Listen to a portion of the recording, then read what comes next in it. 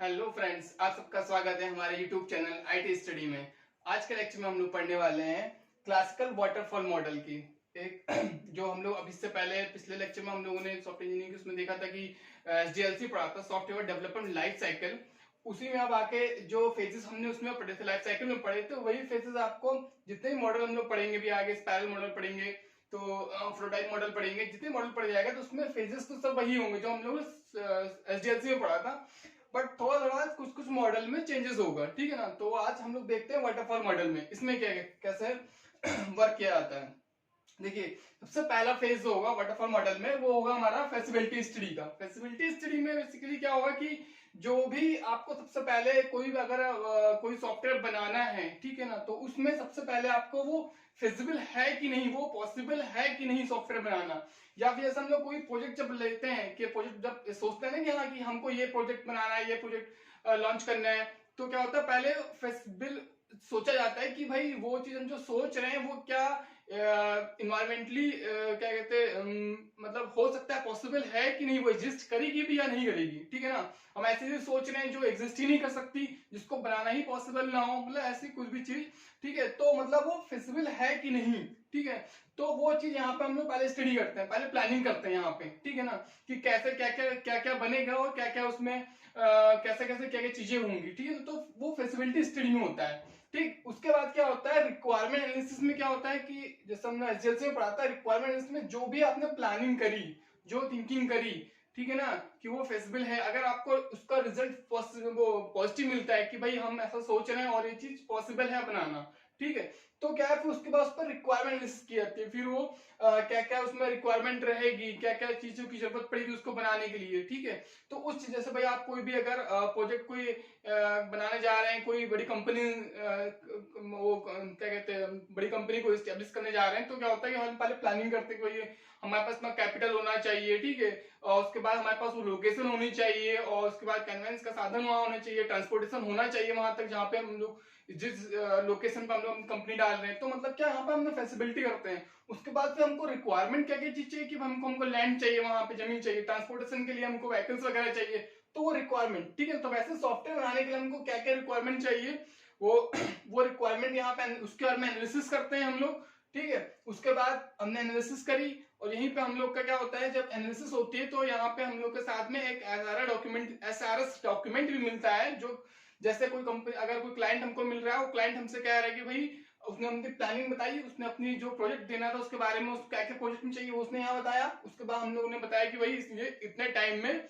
और इतने कॉस्ट में आपका प्रोजेक्ट बनकर तैयार होगा, ठीक है ना, सॉफ्टवेयर बनकर तैयार होगा। तो वो एनालिसिस हम लोग यहाँ करके बताएंगे। उसके बाद क्या होगा कि जैसे वो फाइनल होगा कि हाँ भाई ठीक है बन जाएगा इस कॉस्ट में और इस टाइम पीरियड में बनेगा, ठीक है। अगर वो कस्टमर को वो सेटिस्फाई हो रहा है कि हाँ भाई ठीक है इतने में हो जाएगा, तो फिर क्या करेंगे हम लोग, एक डॉक्यूमेंट साइन होगा आपस में कि भाई एक एसआरएस हम लोग देंगे, वो उन दोनों उसके बीच में डील होगा, एक जो सॉफ्टवेयर जो क्लाइंट है और जो कंपनी है जो बना रही है, ठीक है ना। तो एसआरएस यहाँ मिलेगा। उसके बाद उसमें क्या होगा कि जो भी रिक्वायरमेंट है कस्टमर की, ठीक है ना, और जो कंपनी बना के देगी वो सारी चीज डॉक्यूमेंटेड रहेगी, रिटर्न रहेगी, ठीक है।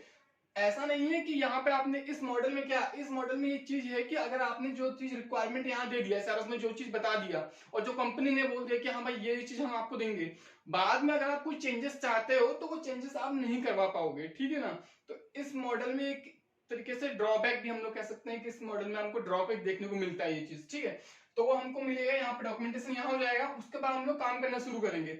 अब यहाँ आने के बाद कस्टमर के साथ इंटरेक्शन हमारा खत्म हो जाता है, जो कम्युनिकेशन होगा कस्टमर के साथ वो अब यहाँ खत्म हो गया। अब हमको यहाँ कस्टमर से मतलब नहीं, इसके बाद हमारे कस्टमर यहाँ से नहीं, यहाँ पे अपना जो कंपनी होगी वो काम करना शुरू करेगी, कस्टमर हमको फिर यहाँ मिलेगा मेंटेनेंस पे, ठीक है।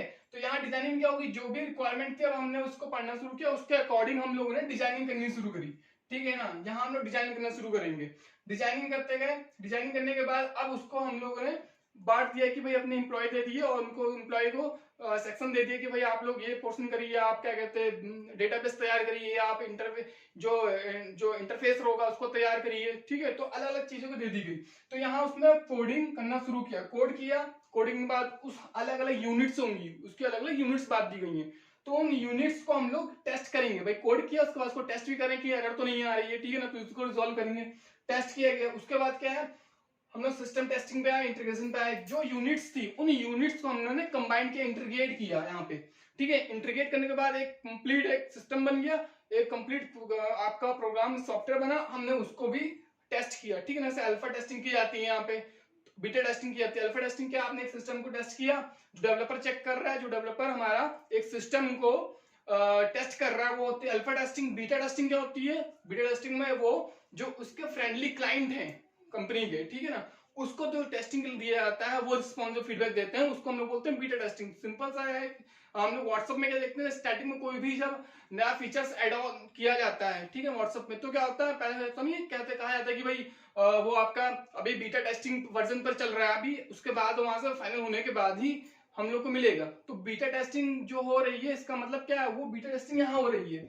और बीटा टेस्टिंग का मतलब कंपनी जो व्हाट्सएप है उसके जो क्लाइंट हैं, फ्रेंडली क्लाइंट, मतलब जो उसके जुड़े हुए क्लाइंट हैं, वो पब्लिक के लिए अभी उसने लॉन्च नहीं किया वो फीचर्स को, जो कस्टमर उसके फ्रेंडली हैं, ठीक है ना, जो अटैच हैं कस्टमर कंपनी के साथ, उनको वो टेस्ट करने के लिए देता है। उनको वो देता है कि भाई आप टेस्ट करके देखिए, उसका फीडबैक हमें दीजिए। अगर वो पॉजिटिव फीडबैक मिल रहा है तब हम उसको लॉन्च करें पब्लिक के लिए, ठीक है, तब वो आता है पब्लिक के लिए। इसलिए सबसे कहते हैं हम लोग कि ये बीटा वर्जन पर है, बीटा भी टेस्टिंग चल रही है, वो यही चीज होती है, ठीक है।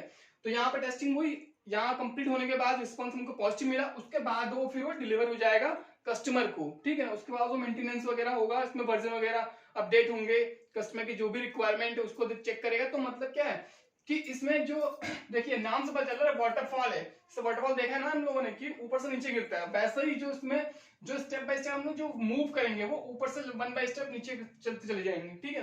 अब एडवांटेज और डिसएडवांटेज की बात करें अगर, तो एडवांटेज क्या है, रिजल्ट्स आर वेल डॉक्यूमेंटेड। मतलब क्या है कि इसमें जो भी हर फेज पर जो रिजल्ट रहेगा वो डॉक्यूमेंटेड रहेगा। ऐसा उसने डॉक्यूमेंट दे दिया है, इसमें बता दिया है पूरा, ठीक है ना। वो वेल डॉक्यूमेंटेड रहेगा आपका, जो भी आप फेजेस में जाएंगे। इसने एक जो इसने फर्स्ट फेज में फिजिबिलिटी बनाई, इसका जो आउटपुट हुआ वो ये सारे रिक्वायरमेंट एनालिसिस के लिए इनपुट होगा। इसने जो चीज बताई, इसने आउटपुट दिया, वो इसके लिए इनपुट हो जाएगा, ठीक है ना। तो मतलब वेल डिफाइंड चलता रहेगा, एक प्रॉपर वे में चलेगा, सिस्टमेटिक वे में चलता रहेगा, ठीक है। उसके बाद क्या है, simple and easy to manage.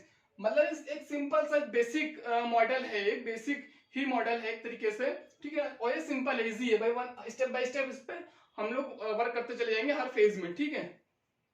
और उसके बाद क्या, स्मॉल प्रोजेक्ट, मतलब कि इसको हम लोग कहीं कोई बड़ा प्रोजेक्ट है वहां पे इस मॉडल के यहाँ पे हम लोग उस प्रोजेक्ट को बना नहीं सकते हैं, छोटे से किसी मॉडल पर ही हम लोग यूज कर सकते हैं। रीजन क्या अभी हम लोग आगे देखते हैं, ठीक है।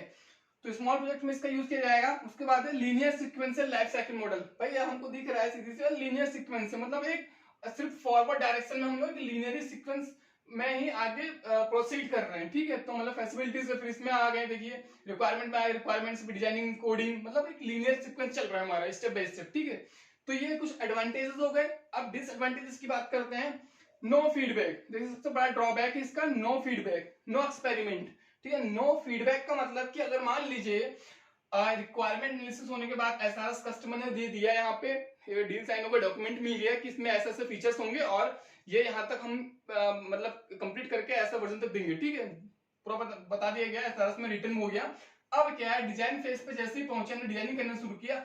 अब डिजाइनिंग फेज में किसी उस जो डिजाइन कर रहा है डेवलपर, उसको कुछ लगा कि भाई इसमें ये चेंजेस अगर कर दिया तो ठीक है, ये ऐसा सही नहीं है। तो क्या अब वो चीज ये वापस रिक्वायरमेंट वाले में यहाँ पे नहीं बता सकता कि भाई ये चीज नहीं करनी चाहिए या सही नहीं है, इसको ऐसे कुछ चेंजेस कर दिया जाए, ठीक है ना। ये चीज पॉसिबल नहीं है, क्यों, क्योंकि इसमें सिर्फ फॉरवर्ड हम जा सकते हैं। डिजाइनिंग वाले ने मान लीजिए कर दिया, कोडिंग करते समय कोडर को लगा कि नहीं ये डिजाइनिंग थोड़ी सही नहीं आ रही है, तो इसमें कुछ चेंजेस कर दिया है, तो डिजाइन वाले को फिर से भेजना है, चाहे कि भाई डिजाइनर को बोलना है कि भाई आप कुछ चेंजेस कर दो, ये चीज पॉसिबल नहीं है, डिजाइनिंग वाले के पास आप वापस नहीं जा सकते, ठीक है। तो कोई नया एक्सपेरिमेंट हर फेज पे अगर आप पहुंच गए हो कहीं पे, जैसे यहाँ से अगर यहाँ इस फेज पे पहुंच चुके हैं हम लोग, कोडिंग यूनिट टेस्टिंग में पहुंच गए, तो अगर यहाँ पे किसी डिजाइन को हमको अगर चेंज करना हो तो वो हम लोग नहीं कर सकते, कोई नया एक्सपेरिमेंट इस फेज पे नहीं कर सकते। या अगर यहाँ पे करना चाहे कोई, यहाँ पे अगर नया यूनिट वो ऐड करना चाहे कि भाई हमने इंटीग्रेट कर दिया, उसके बाद हमें लगा कि नहीं एक यूनिट इसमें एड ऑन कर दिया जाए, तो वो चीज पॉसिबल नहीं है। यहाँ पे हम नया एक्सपेरिमेंट किसी भी फेज पे नहीं कर सकते। कोई फीडबैक नहीं दे सकते अपना, ठीक है। तो सबसे बड़ा ड्रॉबैक है, इसीलिए हम लोग कह रहे हैं कि भाई आप किसी बड़े प्रोजेक्ट पे इसको वर्क नहीं कर सकते, आप छोटे प्रोजेक्ट के लिए ही इसका यूज कर सकते हैं, ठीक है। उसके बाद है not for big and complex project. सीधी सी बात है कि भाई कोई बड़े प्रोजेक्ट या कोई कॉम्प्लेक्स प्रोजेक्ट है, क्यों? क्योंकि भाई सिंपल सी बात है, अगर कोई बड़ा प्रोजेक्ट होगा तो वहां पे क्या है कि भाई आप एक बार नहीं, आप 10 बार बोलोगे कि भाई यहाँ पे ये चेंजेस कर दीजिए, यहाँ पे ये चेंजेस कर दीजिए, कुछ बनेगा उसके बाद भी आप कहोगे कि नहीं इसमें ये चीज छूट रही है, आप इसमें ये चीज एड ऑन कर दीजिए। तो वो चीज यहाँ पॉसिबल नहीं है कि आप यहाँ पे ऐड कर सके कुछ चीज, क्योंकि आप अगर किसी एक स्टेप पे आ गए, अगले नेक्स्ट स्टेप पे पहुंच गए, तो वापस आपके पास कोई भी पाथ नहीं है कि आप किसी वापस उस पाथ पे पहुंच सके या वापस उस फेज पे पहुंच सके, कहने का मतलब, ठीक है ना। तो इसलिए सब हम लोग फॉरवर्ड ही चल रहे हैं, ठीक। तो ये चीज हो गई। उसके बाद not for project where requirement are changing. जहां पर रिक्वायरमेंट चेंज हो रहा है, जहां पे कस्टमर की रिक्वायरमेंट चेंज हो रही है, वहां के लिए प्रोजेक्ट हमारा नहीं है, कहने का मतलब, ठीक है। उसके बाद क्या है, risk, high risk. High risk क्या है भाई, ये प्रोजेक्ट हमारे क्या है, एक हाई रिस्क, मतलब कह सकते हैं कि ये जो हमको मिलेगा यहाँ पर प्रोजेक्ट मिलेगा वो एक हाई रिस्क ही होगा। क्यों ऐसा कहा जा रहा है? वो क्योंकि भाई आप मान लीजिए आपने प्रोजेक्ट पूरा बनाया, उसके बाद इसी फेजेस के थ्रू आप अपने एक सॉफ्टवेयर बनाते चले गए, आपने यहाँ पे लाके अपने कस्टमर को डिलीवर किया।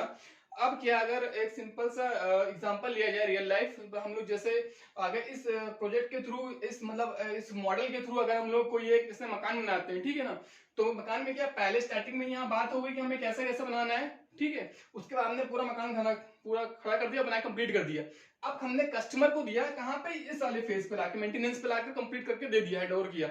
अब क्या है, जब कस्टमर देख रहा है तो वो कह रहा नहीं भाई किचन यहाँ नहीं होनी चाहिए थी, किचन यहाँ होनी चाहिए थी, ठीक है ना, या फिर ये स्टोर यहाँ नहीं होना चाहिए तो स्टोर का गेट इधर होना चाहिए था। अब अगर वहां पे करना चाहे हम लोग तो वो चीज करनी बड़ी रिस्की हो जाएगा, ठीक है ना, वो चीज पॉसिबल नहीं हो पाएगी। वो चीज लास्ट में अगर हम, जो कस्टमर था हमारा, अगर उससे हम लोग कम्युनिकेट होते रहते, हर फेज में हमको कस्टमर मिलता और वो कस्टमर अपनी जो भी उसकी कोई क्वेरी थी या फिर जो उसको कुछ नया चेंजेस करवाना था वो हमको कम्युनिकेट होता हमसे और हम लोग उसको कर सकते होते, ठीक है ना। तो वो चीज लास्ट में जो रिस्क मिल रहा है, इतना बड़ा प्रॉब्लम क्रिएट हो रही है, वो नहीं हो पाती, ठीक है ना। क्यों? क्योंकि हम लोग उसको वहीं पर रिजॉल्व करते, उसी फेज में हम लोग रिजॉल्व कर सकते थे। बट ऐसा नहीं है, यहाँ पे आपने कस्टमर से बात की, उसके बाद डील होने के बाद, एसआरएस कंप्लीट होने के बाद, डॉक्यूमेंटेशन होने के बाद आप कस्टमर से सीधे यहाँ मिलेंगे, बीच में कोई कस्टमर का कोई रोल नहीं होगा यहाँ पे, ठीक है ना। तो हाई रिस्की होगा इसमें अगर आप कोई सॉफ्टवेयर बना के दे रहे हो, ठीक है। तो जो हमारा वाटरफॉल मॉडल है, एक सिंपल, एक बेसिक मॉडल होता है, सिंपल जो एसडीएलसी के जो भी फेजेस हैं, बस वही फेजेस इसमें वैसे ही होता है, वही फेजेस इसमें होते हैं सारे, ठीक है। इसके आगे हम लोग पढ़ेंगे अभी स्पाइरल मॉडल, प्रोटोटाइप मॉडल, वो क्या होते हैं उनके बारे में हम लोग नेक्स्ट वीडियो में जानेंगे। आज के लिए बस इतना ही, थैंक यू।